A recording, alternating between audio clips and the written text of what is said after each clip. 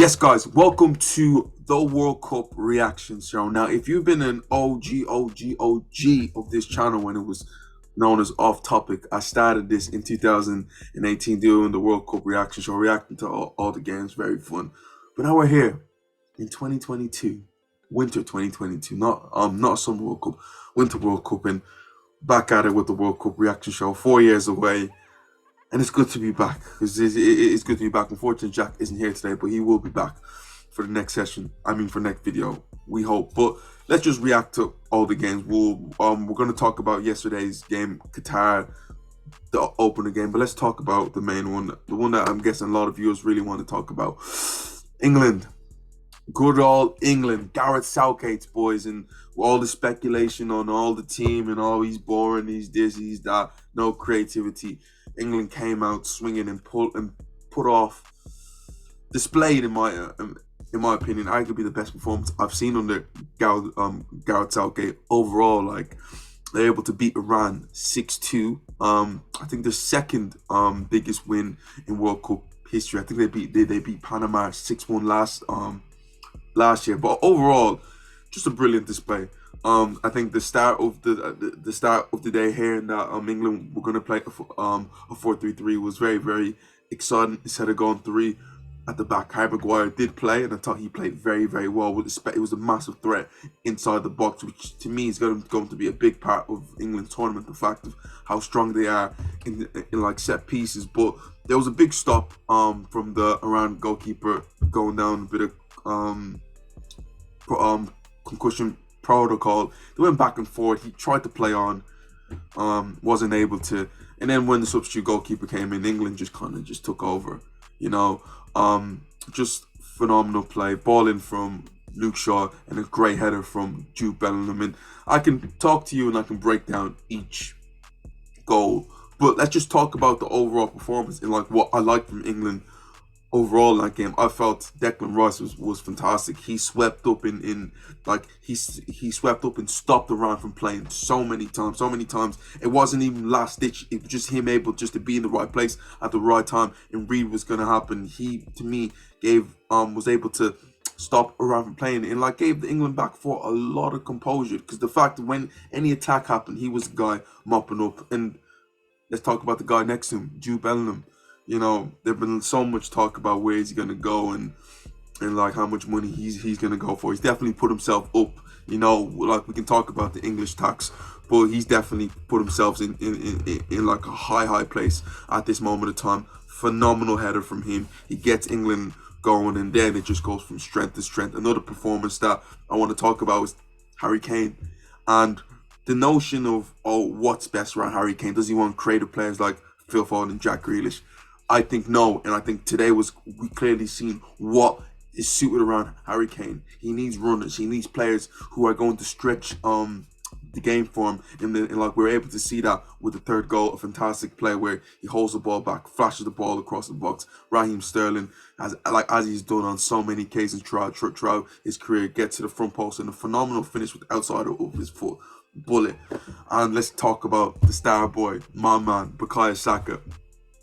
2 goals on his World Cup debut. What can I say about the guy? He gets better and better, and just what I see from him, does it surprise me? No, because I know the quality he has, but he's now wanting to move to the level of, can I be considered one of the world's best? That is the way he's playing. But England in that first half were absolutely brilliant.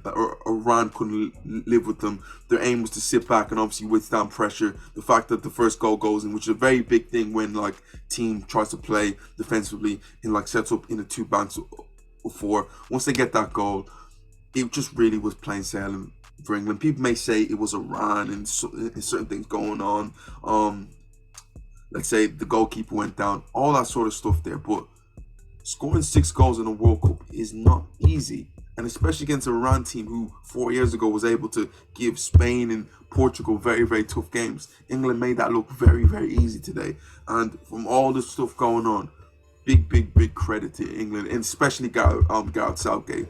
People will always get at him from talking about his selections and like formations. He got everything right.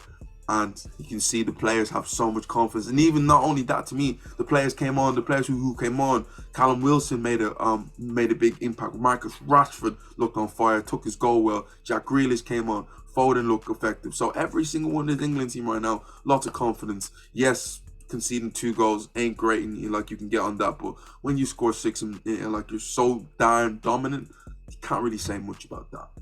So England brilliant. Iran, again, they weren't a team that I picked during the World Cup, and especially me looking at that group there, they were a team I expected to finish bottom, but I did expect a lot more from them in this game. I expected them to make it a lot more difficult than what I seen from England, but I'm guessing there's so many stuff going on for them at this moment of time. But let's move on and let's talk about the other game. It literally just happened right now. It was Wales against USA. Let me just put up my little thing there. Wales against USA. So the game finished 1-1. This was a game I was actually able to catch. I just came back from football training, but overall, it was a game of 2 halves.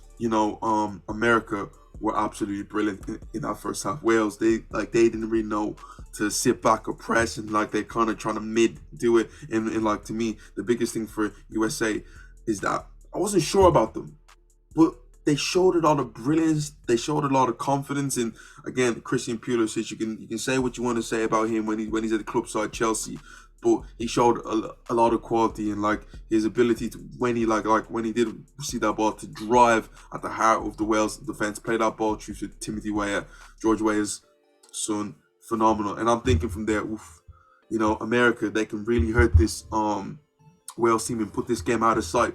But the biggest thing to me throughout that first half, as much as America, to me, dominated the play in the overall possession in the game, it wasn't like a sea of attacking chances. It was just a lot of, some friendly play where they're able to get the purpose of the goal, but it wasn't one where you go, oh yeah, they could have been 4 or 5 ahead.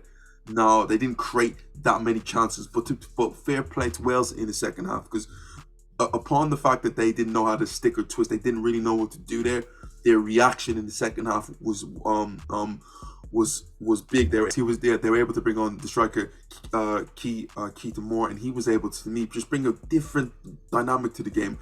Dan James struggled to get into the game from the point of view. You had Dan James and Gareth Bale, 2 players who want to really stretch the game, and sometimes you need somebody to receive it and hold it and bring people into play, and Keita Moore was able to do that for them. Wales were able to be a bit more direct with their forward balls into him. He brought players into play, and just the overall pressure from them just looked a lot more.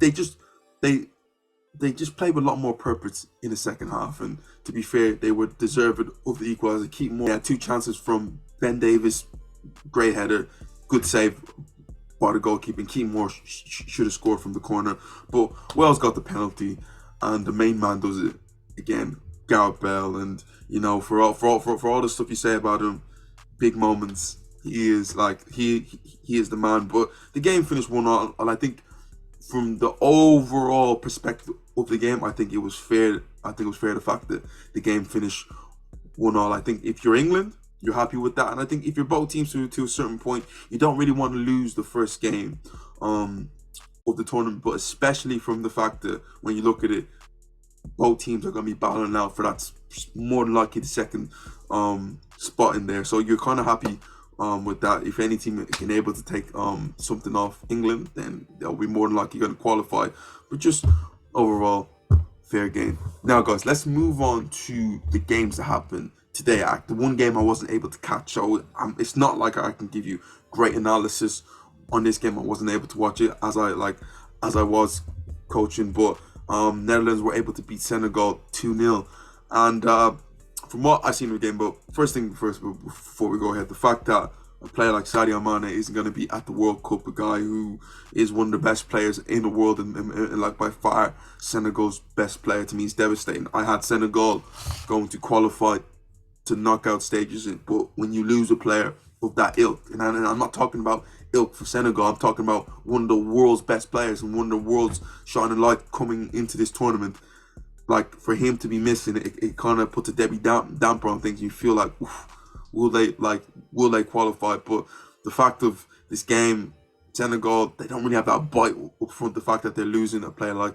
Sadio Mane, and if I'm being truthfully honest, the first thing that I seen in that game that really hits my eye is the fact that Edward Mendy's shot of confidence. Both goals to me come from his errors. You know, the first one he doesn't claim. Gakpo was able to come in, and he's going to be a guy that a lot of people are going to be looking at. But just overall, like the second mistake, I think is horrendous. You know, he parries it out like it wasn't even a parry. It was just poor from him, and just looking at where he was at the time and where he is right now, it just shows you how big confidence is. But overall, Netherlands getting the win, and you expect them to finish top of the group. They didn't really face great chances against them. I felt like they were comfortable, but overall they'll be looking at that top spot is definitely looking like theirs. But let's talk about the game yesterday. Let's talk about the host Qatar against Ecuador. Now, first game of the World Cup. I don't think host nation have lost in the World Cup finals ever, and Qatar are the first team for that to happen to. And I can't say it was a shame. Ecuador pretty much from get-go dominated the whole game, and like the fact that the offside thing, yes, if it's offside, it's offside. I get it, but it just looked a bit like they were trying to get the host. They were trying to throw the host a bone as much as possible. But Valencia, he does what he does, scores a penalty. To be fair, like he probably could have scored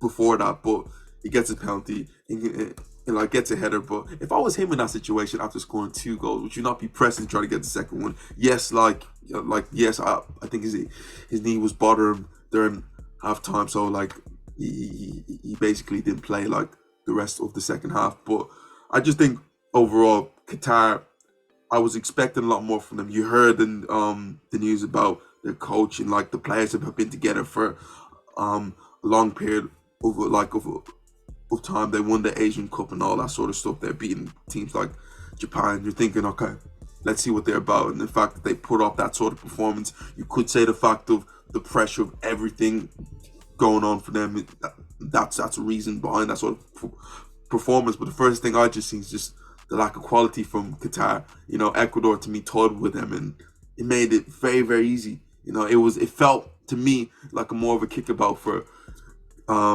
Ecuador. But overall, if you're Ecuador right now, you're looking at this group, you're looking at the fact that Senegal won't be without their talisman Sadio Mane. You're thinking second spot, or like maybe if he can do something with Netherlands, we could definitely clinch first place in Group A. So I think if you're Ecuador, you rub your hands thinking, okay, especially when you watch the Senegal game, you're like, bring it on. But guys, I think the first 2 days of the World Cup, it's like not bad. The one thing that's a bit weird for me is the fact that there's so much at a time in like so many games. I think the England game had 14, yes, for the concussion protocol, but the second half had 10 minutes at a time. The game for Wales, it was 9 minutes. So there's been a lot of at a time going on. Like even the game against Ecuador, you're getting 4. You're getting 4 minutes in the first half. So